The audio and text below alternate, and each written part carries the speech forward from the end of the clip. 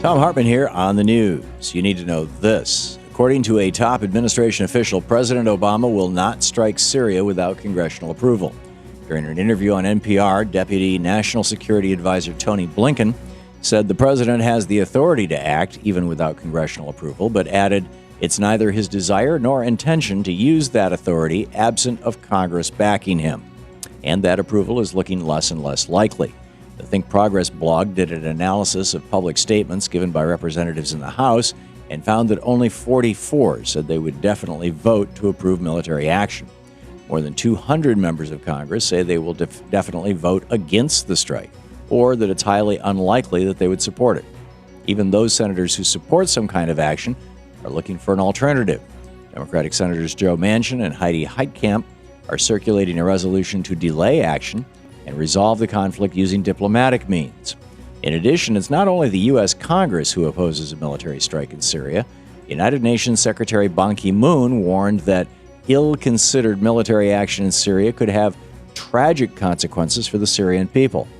President Obama and those who support the strike now stand in opposition to the United Nations, Russia, China, and some European countries, not to mention a vast majority of the American people.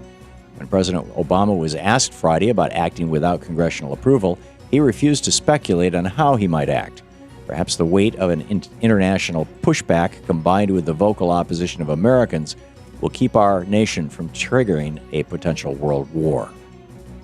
In screwed news, the Republican governor of Kansas, Sam Brownback, thinks making poor people starve will somehow create jobs. Brownback is reinstating work requirements for those who receive food stamps, despite the fact that many recipients still can't find work. Most states waived the 20-hour-per-week work requirement during times of high unemployment, but Kansas is reinstating the measure and kicking 20,000 people off the food stamp rolls. Annie McKay of the Kansas Center for Economic Growth said taking someone off food stamp assistance isn't going to suddenly create jobs for them, but eliminating help for the needy is Governor Brownback's typical approach to poverty.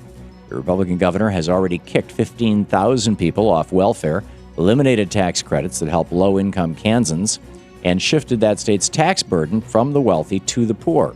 Republicans like Governor Sam Brownback leave little doubt that compassionate conservatism is still a myth. In the best of the rest of the news, although the state of Ohio hasn't legalized gay marriage yet, a federal court has ruled that same-sex marriages performed out of state must be legally recognized. For the second time in 2 months, U.S. District Judge Timothy Black ruled that a same-sex partner has a right to be listed as spouse on a death certificate. The two cases involve separate men who were fighting for the legal and moral right to be listed as a surviving spouse. Judge Black cited the Supreme Court's decision to strike down a key provision of the Defense of Marriage Act in his ruling, recognized that a portion of that law is still being challenged. He wrote, "The issue whether states can refuse to recognize out-of-state same-sex marriages is now surely headed to the fore. Many LGBT advocates say that judges like Timothy Black are helping pave the way for equality in more states. And this ruling provides hope that discrimination may someday be coming to an end." With only 2 months until Virginians will vote for their next governor, tens of thousands of people have been kicked off the voting rolls. According to the Think Progress blog, about 57,000 Virginians have been flagged as registered to vote in another state. Registered voters are being purged from voting rolls without notice and without an opportunity to dispute the claim.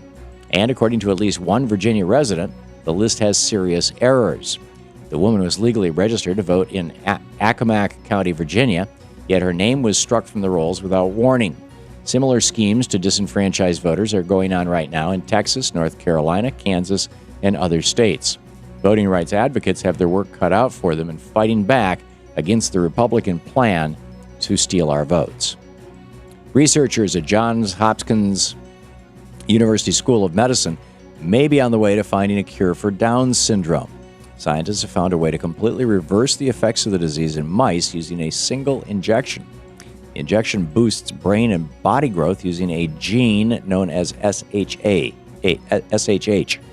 Dr. Roger Reeves, who worked on the study, said most people with Down syndrome have a cerebellum, part of the brain that controls motor functions, that's about 60% of the normal size. We were able to completely normalize growth of the cerebellum throughout adulthood with that single injection.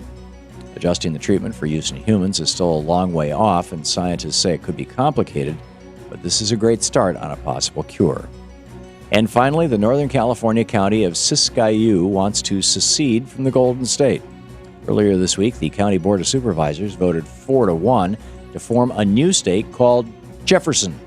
According to a local paper, a member of the board said regulation, restriction of rights, lack of representation, regionalism, and restoration of government are the reasons the county wants to secede. Siskiyou is also inviting surrounding counties in California and Oregon to join them.